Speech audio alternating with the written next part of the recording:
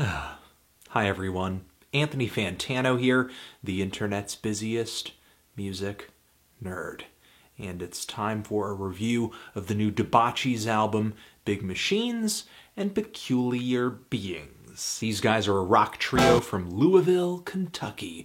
This is their debut full-length, 12 tracks, 37 minutes, and these guys have a pretty peculiar sound. Lots of oddball, jagged rhythm guitars that are upstroked throughout many tracks here. Punchy, raw, basic, simple drums, and some really clunky bass lines. On top of all of it, guitar player Sidney Chadwick's voice, which is really difficult for me to put my finger on. There are moments where it feels a little sloppy, sort of amateurish, and then there are spots on here where it feels like, especially on the last track, where she has some real vocal power, and no doubt she does have range on this LP, with some moments where it feels like she's singing in this higher register where she is very vulnerable, very sweet on the ears, and then again there are tracks here where she is just belting out in these bellowing lows. And even though some of the performances on this record maybe feel a little too sloppy, there are some tracks here like I've Got Energy which feel way too noisy and left of center to be played by a group of people who have no clue what they're doing. Either this group is directly influenced by groups like the Slits and the Raincoats and Young Marble Giants, or they've been possessed by some kind of post-punk poltergeist. Talking heads!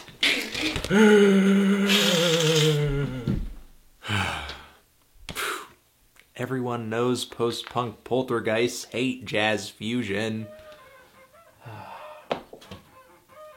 Where were we? Even though there are some older post-punk acts that I feel have a lot in common sonically with the Debauchees, it's not like they are revivalists of this genre or anything like that. They actually showcase a pretty big influence from a band by the name of The Strokes. You might have heard of them. Especially on a track like Sometimes I Think, where the very jagged drums and guitars that are played throughout not just this track, but many tracks on this album are suddenly switched out for these very smooth guitar arpeggios, and Sidney's voice sort of turns into this very beautiful croon that is very Julian Casablancas-esque. But this Strokes-like sound is a serious rarity on this LP. A lot of the songs on this album are not very catchy, slick pop rock songs, but instead very herky, jerky, underground rock misfits with very crunchy, brittle guitars. And this sound goes over well most of the time, especially when the Debauchees are playing a track that is incredibly energetic, intense, like on the opening track, the title track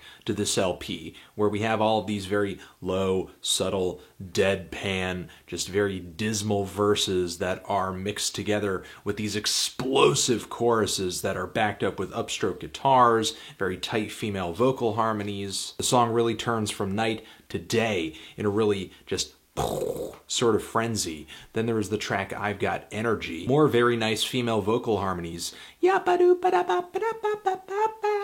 And again, these shots, these blasts of brittle, noisy guitars. The guitar tone on this record is just so freaking sharp, it's like chewing on broken glass. And this very chaotic insanity is backed up with drums that are sort of following this 1-2 oompa oompa oompa pattern, which is something that, like the upstroke guitars, is featured on a lot of songs here. The song Mathematics, though, really changes up the groove of this album with some very heavy riffs, heavy for them at least, and some pretty futile lyrics talking about, well, you know, why should you even bother? Why should you even try? What's the point? And it's delivered with just this really relentlessly downtrodden rhythm.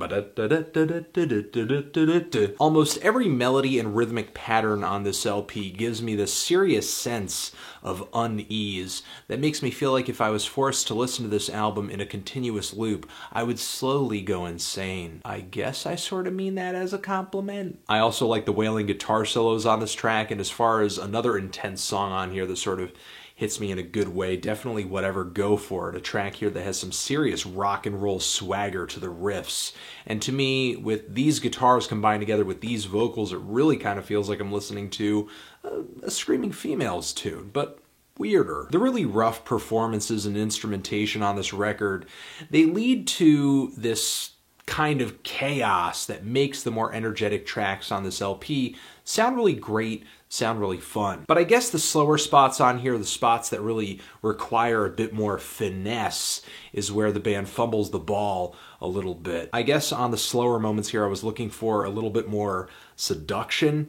I'm not even sure if this band is capable of such a thing. And maybe they're not, and maybe they're conscious of that. There is the track Rancid Dancin' on this thing, which is essentially a song about being sort of insecure, self-conscious, which, I mean, you know, if you feel that way, it's fine, but sometimes you just gotta let go. You've gotta dance like there's no one watching, man.